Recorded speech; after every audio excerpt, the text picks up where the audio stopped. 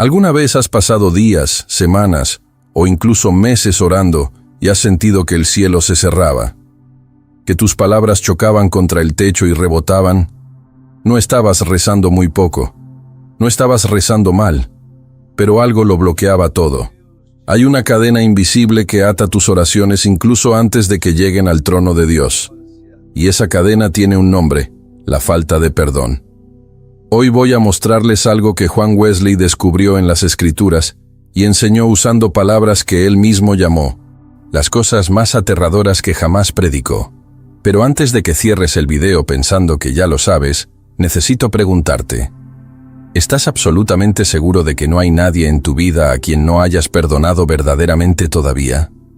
Quédate hasta el final, porque hoy descubrirás exactamente por qué la falta de perdón extingue tu vida espiritual desde dentro, y cómo romper esa maldición, paso a paso, según la Biblia. John Wesley nació en 1703, el 15º de 19 hijos de un clérigo anglicano. Desde niño, su madre, Susana, lo instruyó en la oración y el estudio bíblico con una disciplina casi monástica. Incluso de adulto, Wesley se levantaba temprano por la mañana para orar. Ayunaba 2 veces por semana. Él llamó a la oración el aliento de la vida espiritual, usando las palabras del propio apóstol Pablo en 1 Tesalonicenses 5:16. Y en su clásico sermón, El estado salvaje, el estado del desierto, Wesley afirmó que el abandono de la oración privada es la razón más común por la que las personas pierden la fe. Pero Wesley también enseñó algo que pocos predicadores tienen el coraje de decir tan claramente, que hay condiciones que prevenir. Dios escucha tus oraciones, y la falta de perdón es la raíz de todo. Profundicemos ahora en esta verdad. Primer punto: la oración tiene condiciones, lo que realmente dice la Biblia. A la mayoría de los cristianos se les ha enseñado a creer que la oración es una línea directa hacia Dios, disponible en cualquier momento, sin obstáculos. Y hay una verdad ahí. Dios es misericordioso, paciente y siempre dispuesto a escuchar. El problema no está en el oído de Dios. El problema está en el canal. El profeta Isaías dice con una claridad devastadora: He aquí que la mano del Señor no se ha acortado para salvar, ni se ha agravado su oído para oír. Pero vuestras iniquidades os han separado de vuestro Dios, y vuestros pecados han hecho ocultar de vosotros su rostro para no oír. Isaías 59, 1-2. Vuelve a leerlo. La mano de Dios no se ha acortado, su oído no está sordo, pero hay una separación, creado por nuestros pecados, que nos oculta el rostro de Dios. Esta separación no es permanente, no es irreparable, pero ella funciona. El apóstol Santiago confirma esta verdad desde otro ángulo. Pedís y no recibís, porque pedís mal, para gastar en vuestros deleites. Santiago 4:3.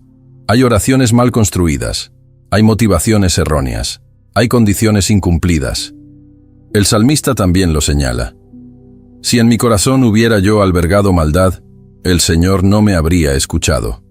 Salmo 66:18. Dios no es una máquina expendedora. No depositas palabras y recibes respuestas automáticas. Hay una relación como en cualquier relación. Hay cosas que construyen la comunión y cosas que la destruyen. John Wesley comprendió esto profundamente.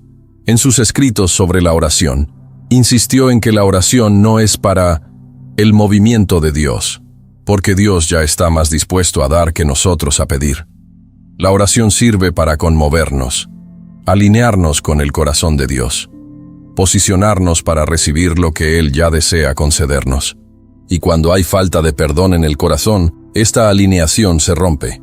¿Por qué? Porque Dios es amor, y el amor y el resentimiento no pueden coexistir en un mismo corazón. ¿Cómo puedes estar en el amor de Dios si abrigas odio hacia tu hermano? ¿Cómo puedes recibir misericordia si te niegas a concederla? En esto conocemos el amor. Jesucristo dio su vida por nosotros, y nosotros debemos dar la vida por nuestros hermanos. Pero si alguien tiene bienes materiales y ve a un hermano en necesidad, pero no le tiene compasión, ¿cómo puede morar en él el amor de Dios? Prenda Juan 3, 16, 17. Esa es la base. La falta de perdón no es solo un problema emocional, es un problema espiritual de primer orden, y veremos exactamente cómo funciona. Segundo punto, las palabras más aterradoras que Wesley jamás predicó. En sus 13 discursos sobre el Sermón de la Montaña, John Wesley profundiza en una de las declaraciones más directas de Jesús en la historia de la teología. Esta declaración aparece inmediatamente después del Padre Nuestro en Mateo 6, 14, 15. Porque si perdonáis a los hombres sus ofensas, os perdonará también a vosotros vuestro Padre Celestial. Pero si no perdonáis a los hombres sus ofensas, tampoco vuestro Padre os perdonará vuestras ofensas. Mateo 6, 14, 15. Jesús no lo dice solo una vez. Lo dice 2 veces, inmediatamente después de enseñar el Padre Nuestro, como si quisiera asegurarse de que todos lo entendieran. Con respecto a este texto, Wesley escribió algo que los eruditos llaman las palabras más aterradoras que jamás predicó. En una traducción directa del original en inglés, Wesley dijo: Dios te perdona si tú perdonas a los demás. Este es un punto de suma importancia. Y nuestro Señor es tan celoso de que nunca lo olvidemos, que no solo lo incluye en el cuerpo de su oración, sino que inmediatamente después lo repite 2 veces. Y luego Wesley aplica una técnica que corta como un cuchillo. Si oráis: perdónanos nuestras deudas, como también nosotros perdonamos a nuestros deudores. Y Noel perdonó a sus deudores, por lo que en palabras de Wesley, en esencia le estás diciendo a Dios: no me perdones. No deseo ningún favor tuyo. Ruego que recuerdes mis pecados y que tu ira permanezca sobre mí. Déjalo aterrizar por un segundo. Cada vez que recitas el Padre Nuestro con resentimiento en tu corazón, técnicamente estás pidiéndole a Dios que no te lo perdonaré. Esto es lo que enseñó Wesley. Y esto es lo que dijo Jesús. Ahora veamos cómo esto aparece aún más fuertemente en Marcos. Y cuando estén orando, si tienen algo contra alguien, perdónenlo, para que también su Padre Celestial les perdone a ustedes sus pecados. Pero si ustedes no perdonan, tampoco su Padre Celestial perdonará sus pecados. Marcos 11, 25, 26. Nota: Jesús vincula directamente el perdón de Dios de nuestros pecados con el perdón de los pecados ajenos. Esto no es una sugerencia espiritual. Es una condición establecida por Cristo mismo. La pregunta no es: ¿me perdonará Dios si no perdono a los demás? La pregunta que Jesús plantea es: ¿entiendes lo que pides cuando pides perdón si aún así te niegas a perdonar? Porque el perdón no es una transacción con Dios.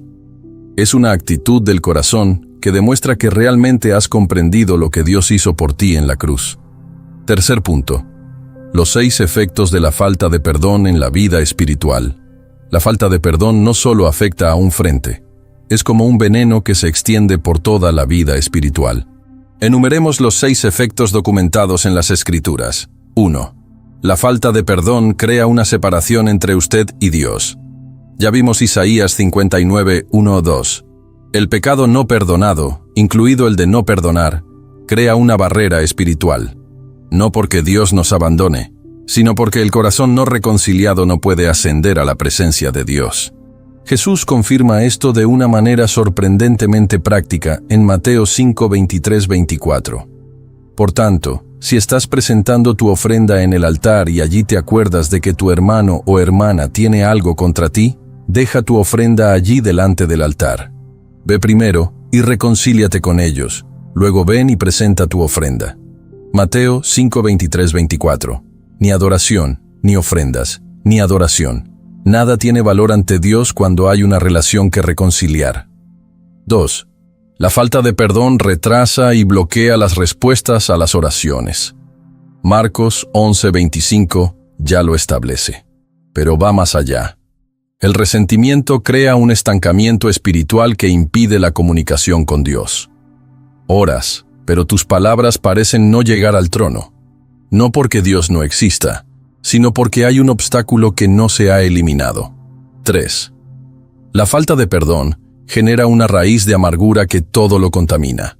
Hebreos 12:15 advierte: mirad bien, no sea que nadie deje de alcanzar la gracia de Dios, y que brotando alguna raíz de amargura, que os perturbe y contamine a muchos. Hebreos 12:15. Una raíz de amargura no se detiene, crece, contamina otras relaciones, distorsiona tu forma de ver el mundo, te hace sospechar de todos, cierra tu corazón a la gracia. 4. La falta de perdón nos lleva a caminar en tinieblas. Pero el que aborrece a su hermano está en tinieblas, y anda en tinieblas, y no sabe a dónde va, porque las tinieblas le han cegado los ojos.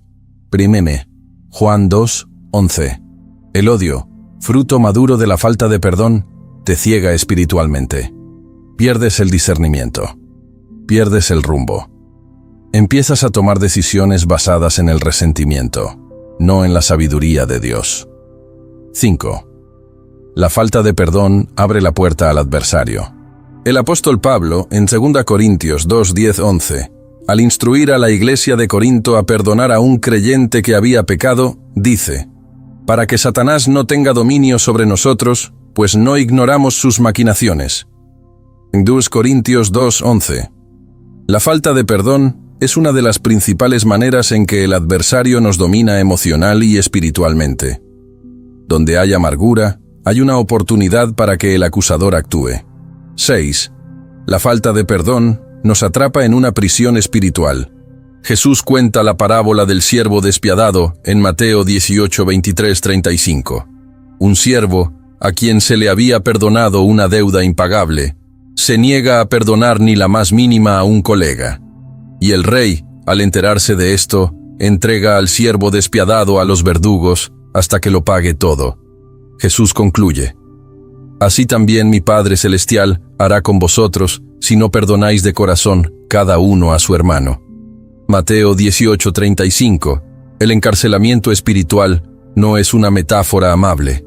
Es una realidad que muchos cristianos experimentan sin darse cuenta, atormentado por dentro, sin paz, sin alegría, sin la presencia de Dios, mientras viven con resentimiento albergado en sus corazones durante años.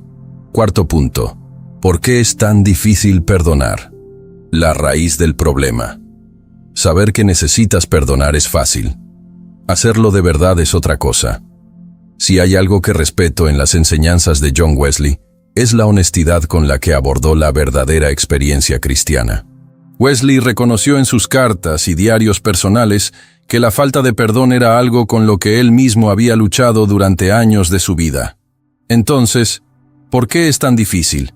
Primero, porque confundimos el perdón con la aprobación. Perdonar no significa decir que lo que se hizo estuvo bien, no significa minimizar el dolor, no significa fingir que no pasó nada. El pastor Ray Pritchard, en su obra clásica sobre el tema, lo define bien. El perdón es una opción para liberar a la persona de su deuda con usted, no una declaración de que la deuda no existía. Dios perdonó nuestros pecados sin decir que fueran pequeños. Al contrario, fueron tan graves que exigieron la muerte del Hijo de Dios. Segundo, porque el dolor es real. Algunos de ustedes han sido traicionados por sus cónyuges, abandonados por sus padres, abusados por quienes deberían haberlos protegido, humillados públicamente por sus amigos. El dolor que sintieron fue real y profundo. Perdonar no es fingir que el dolor no existió, es tomar la decisión, a pesar del dolor, de no permitir que quien te ofendió siga teniendo poder sobre ti. C.S. Lewis dijo algo que a Wesley le habría encantado. Todos piensan que el perdón es una idea hermosa, hasta que tienen algo que perdonar. Tercero, porque confundimos el perdón con la reconciliación. El perdón es unilateral. Puedes perdonar a alguien que nunca se disculpó. Puedes perdonar a alguien que ya falleció. Puedes perdonar a alguien con quien nunca volverás a hablar. La reconciliación es diferente. Requiere dos partes. Requiere un cambio de comportamiento. Requiere restablecer la confianza. Se puede perdonar a alguien y aún así establecer límites saludables en la relación. Cuarto, porque el orgullo nos dice que perdonar es una debilidad. El mundo dice: no dejes que quede impune. Quien te ve regresar te perdona. Quien te ve partir, se queda. Tú eres el que se equivoca si vuelves a confiar. Pero la Escritura dice lo contrario. Sean bondadosos y compasivos unos con otros, perdonándose unos a otros, así como Dios también los perdonó a ustedes en Cristo. Efesios 4:32. El perdón no es debilidad.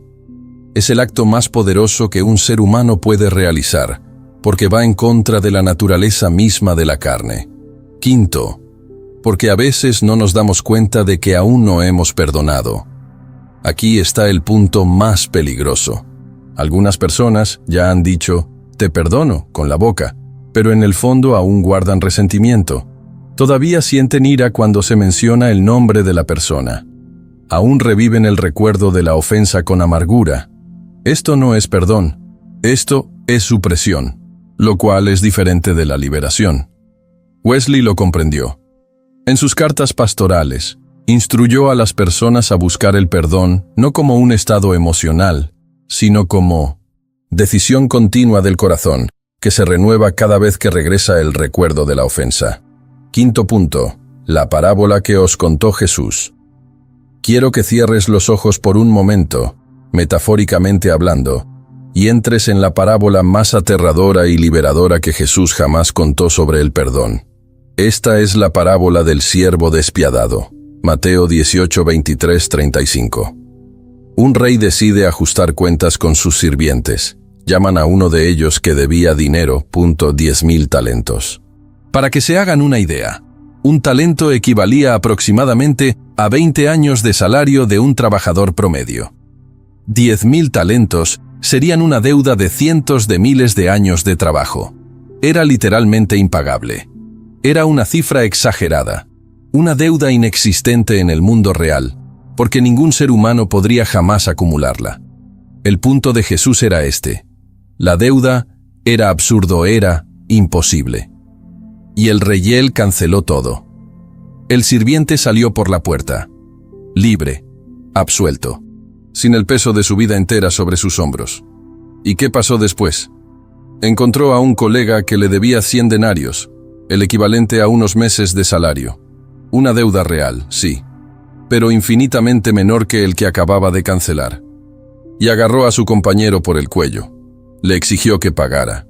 Y como su compañero no pudo pagar, lo metió en la cárcel.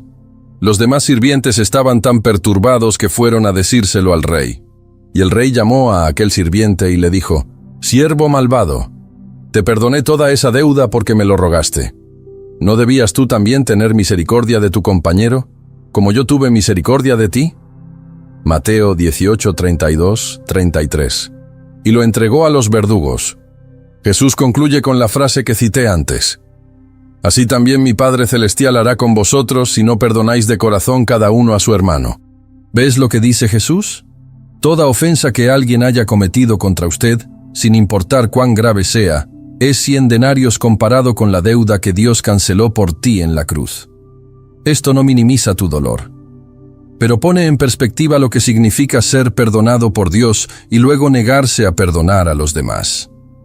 Juan Wesley, comentando esta parábola, dijo que la salvación es al mismo tiempo forense, el perdón de los pecados, y terapia, la sanación del corazón pecador.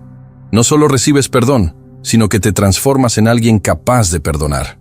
Si usted ha recibido el perdón de Dios pero todavía no puede perdonar, tal vez la pregunta sea, ¿ha comprendido realmente la magnitud de su propia deuda cancelada?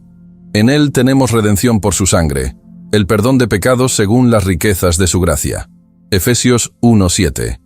Las riquezas de la gracia, no escasez, no ahorro, riqueza, abundancia, desbordamiento. Cuando contemplas la generosidad del perdón que Dios te ha extendido, el perdón debería fluir naturalmente hacia los demás. Sexto punto. ¿Cómo perdonar verdaderamente? El proceso bíblico en 5 pasos. Basta de teoría. Hablemos de práctica.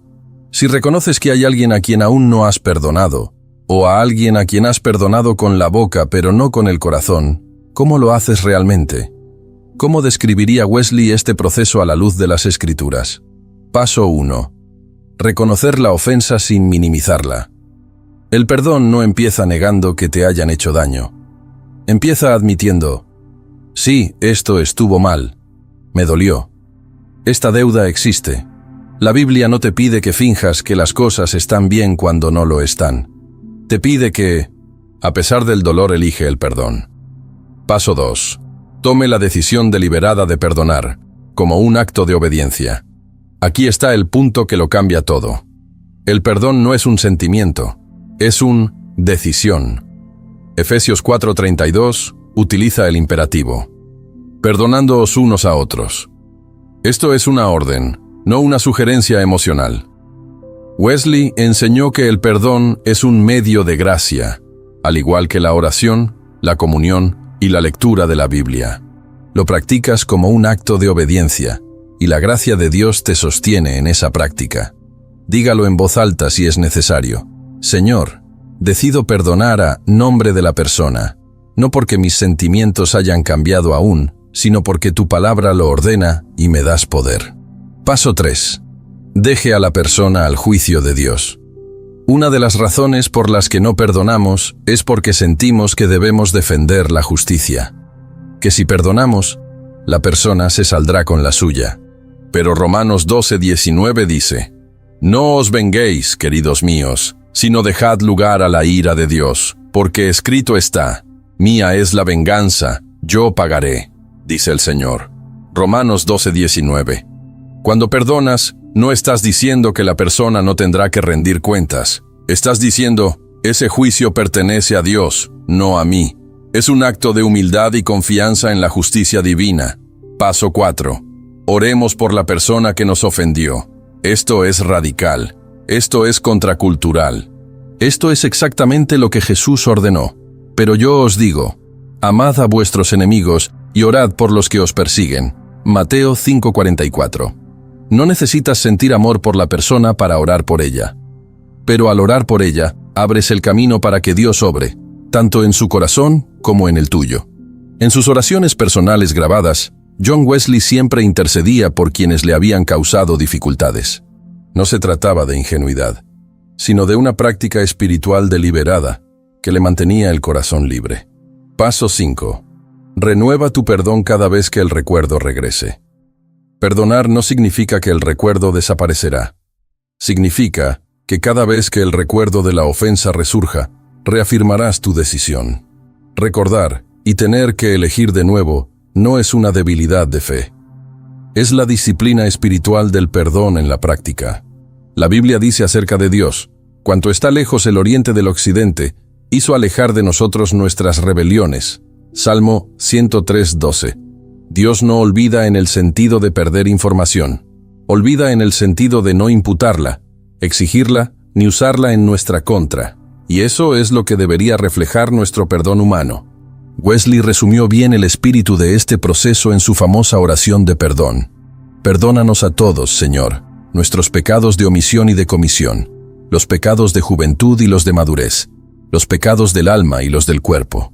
Perdónalos, Señor, perdónalos a todos, por amor a aquel que murió por nuestros pecados y resucitó para nuestra justificación. ¡Qué oración! ¡Qué modelo! Séptimo punto. ¿Qué pasa cuando perdonas? Liberación espiritual. Ahora hablemos de la otra cara de la moneda. Porque todo lo que hemos dicho hasta ahora sobre el bloqueo y el encarcelamiento tiene una gloriosa contraparte. ¿Qué pasa cuando perdonas verdaderamente? Wesley observó algo en su ministerio que la neurociencia ahora está comenzando a confirmar. Que el perdón, los que perdonan, son los que primero liberan. No se trata de quién es perdonado. Cuando dejas ir el resentimiento, algo sucede dentro de ti. No solo espiritualmente, emocionalmente, fisiológicamente, relacionalmente. Espiritualmente, la barrera entre tú y Dios desaparece. La oración que una vez tocó fondo comienza a fluir. El Espíritu Santo, afligido por el resentimiento albergado, recupera el espacio para actuar de nuevo. Y no contristéis al Espíritu Santo de Dios, con el cual fuisteis sellados para el día de la redención. Deshazos de toda amargura, ira, enojo, peleas y calumnias, y de toda forma de malicia. Sed bondadosos y compasivos unos con otros, perdonándoos mutuamente, así como Dios os perdonó en Cristo. Efesios 4:30-32. Observa la secuencia.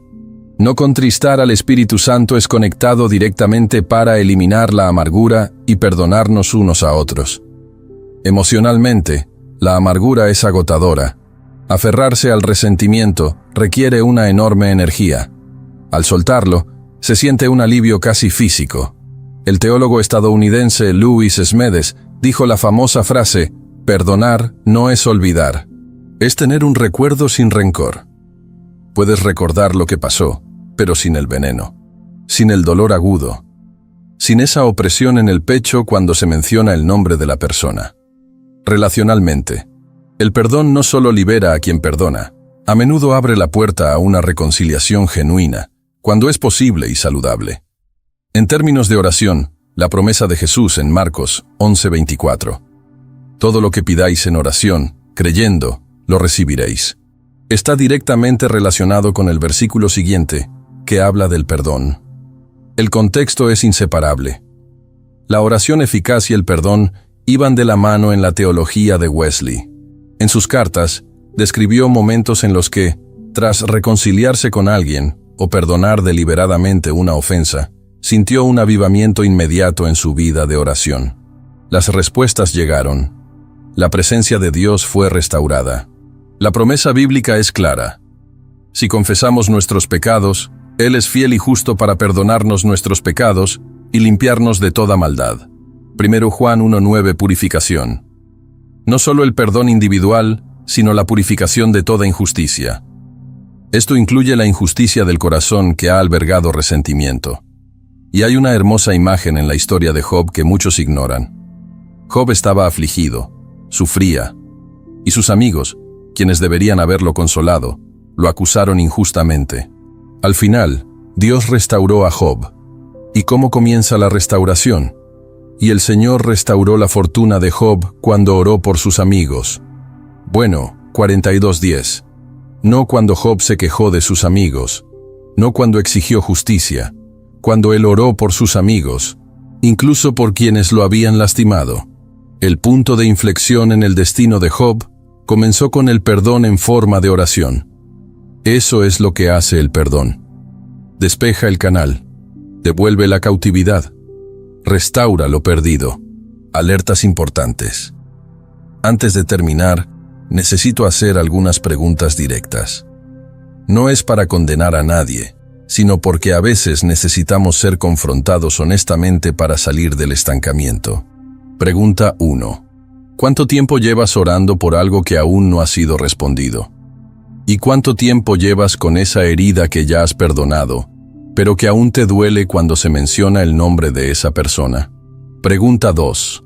¿Le pides perdón a Dios por tus pecados mientras te niegas a concedérselo a los demás? Según Mateo 6:14-15, ¿sabes qué significa eso? Pregunta 3. ¿Hay alguien, vivo o muerto, con quien necesites reconciliarte? Y si esa persona ya falleció, ¿sigues atado a ella porque nunca la liberaste de tu corazón? Pregunta 4. ¿Confundes «ya no me haces daño» con «ya te perdoné»? Hay una gran diferencia entre evitar a alguien y perdonarlo de verdad. Pregunta 5. Si Dios te perdonara hoy, solo en la misma medida en que tú perdonas a los demás, ¿serías salvo? Esta última pregunta no pretende provocar condenación. Pretende provocar reflexión. Es exactamente la pregunta que Jesús plantea en la parábola del siervo despiadado. Una advertencia importante. Perdonar no significa someterse al abuso continuo. Puedes perdonar a alguien y aún así establecer límites saludables. Puedes perdonar a alguien y no volver a confiar en esa persona. El perdón libera tu corazón, pero no elimina la necesidad de sabiduría en tus relaciones. Además, si has sido víctima de un trauma grave, abuso o violencia, el proceso de perdón puede requerir apoyo pastoral o terapéutico. Perdonar no es algo que se hace solo en 5 minutos. Es un camino, a veces largo, con el apoyo del Espíritu Santo y la comunidad de fe. Wesley enseñó la plena santificación, no como un estado de perfección instantánea, sino como un proceso continuo de conformidad con el corazón de Cristo. El perdón, forma parte de ese proceso. Es una obra que el Espíritu Santo realiza en nosotros, si se lo permitimos. Si este video te conmovió hoy, no lo pospongas. Ahora, antes de cerrar el video, los invito a hacer solo una cosa. Cierra los ojos, respira hondo y di en voz alta o en tu corazón: Señor, sé que guardar rencor impide mi comunión contigo. Decido ahora, con la fuerza que me das, perdonar a Di el nombre. No porque lo merezca, no porque sea fácil, sino porque tú me perdonaste primero. Y lo que hiciste por mí en la cruz es infinitamente mayor que cualquier cosa que esta persona me deba. Te entrego este resentimiento. Quiero un canal claro. Quiero escucharte y ser escuchado por ti. En el nombre de Jesús. Amén. Si lo lograste, felicidades. Acabas de dar el paso más importante de tu semana. Quizás incluso de tu año. El perdón no es algo que ocurre una sola vez. Es una práctica. Cada vez que el resentimiento regrese, recurre también a esta oración. Y si este contenido fue transformador para ti, suscríbete al canal y activa las notificaciones. Porque cada semana te traemos enseñanzas como esta, profundas y prácticas, basadas en la Biblia y en los grandes teólogos de la historia. Deja un me gusta, esto ayuda a que este video llegue a más personas que necesitan escucharlo. Comenta a continuación.